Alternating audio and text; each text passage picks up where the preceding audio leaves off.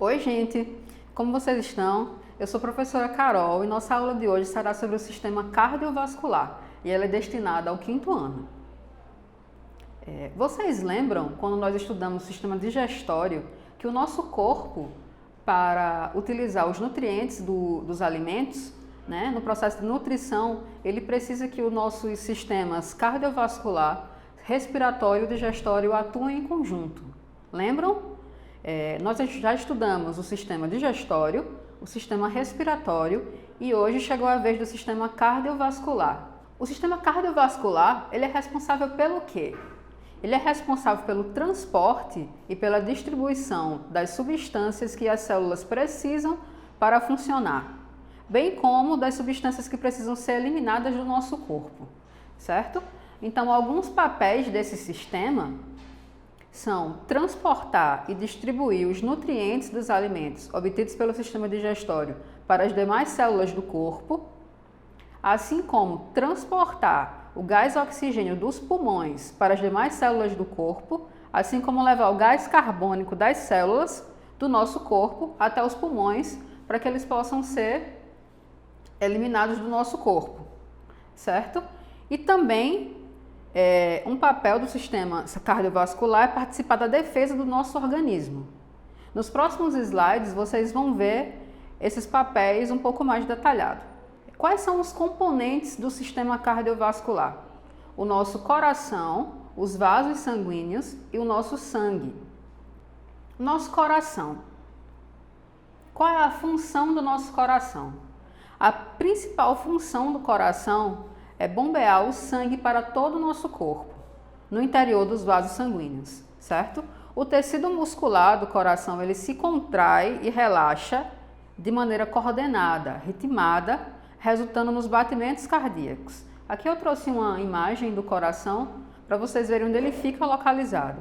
Se vocês colocarem a mão direita sobre o peito esquerdo, vocês vão conseguir sentir esses batimentos do nosso coração, certo? Façam um teste aí em casa. Outro componente do sistema cardiovascular são os vasos sanguíneos. Eles são estruturas semelhantes a pequenos tubos que chegam a diversas partes do nosso corpo. O diâmetro dos vasos sanguíneos e a espessura de suas paredes são variáveis.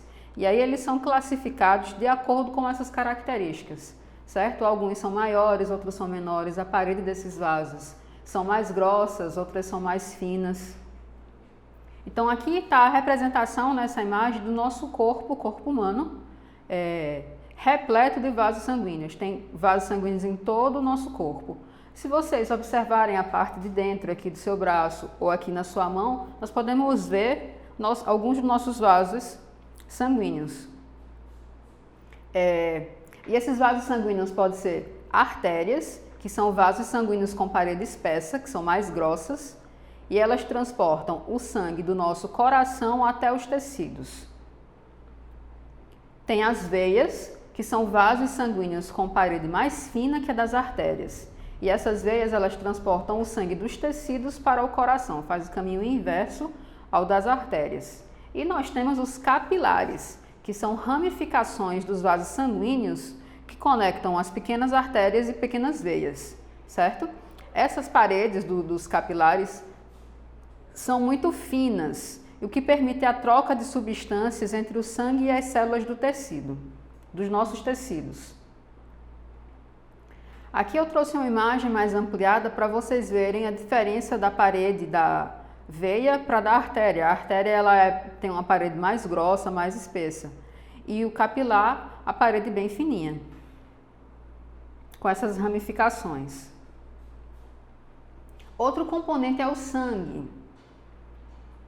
O sangue é formado por uma porção líquida chamada plasma, por células sanguíneas, que são as hemácias e os leucócitos, e por fragmentos de células, que são as plaquetas. Aqui eu trouxe uma imagem para vocês verem, aqui dentro de um capilar, a imagem do plasma, dos glóbulos vermelhos, das plaquetas e dos glóbulos brancos. O plasma é um líquido de cor amarela, formada por água e algumas substâncias. As hemácias, ou os glóbulos vermelhos, são células presentes em maior quantidade, são as células presentes em maior quantidade no nosso sangue.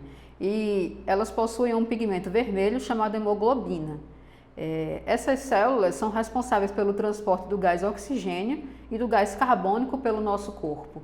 Por exemplo, uma pessoa que não se alimenta bem e ela tem anemia, certo? Ela tem uma quantidade de hemácias ou glóbulos vermelhos reduzidas no corpo. Então, por isso, ela sente uma maior dificuldade na respiração, ela tem um pouco de falta de ar, porque são essas células que transportam o oxigênio pelo nosso corpo. Os leucócitos, ou glóbulos brancos, elas são as células relacionadas às defesas do nosso organismo. Elas agem contra agentes invasores ou toxinas, por exemplo. Se tem um vírus atacando o nosso corpo, os nossos leucócitos eles trabalham para expulsar esse agente invasor do nosso corpo, para a gente não ficar doente. E nós temos as plaquetas, que são os fragmentos de células que participam de um processo chamado coagulação. Quando a gente, por exemplo, se corta, e aí vocês podem perceber que o nosso sangue ele coagula rapidamente, né? Para impedir que o nosso sangue saia todo. Então, esse trabalho de coagulação ele é feito pelas plaquetas. Espero que vocês tenham gostado da aula e, para complementar, leiam o módulo que fala sobre o capítulo que fala sobre o sistema cardiovascular. Até a próxima e abraços virtuais.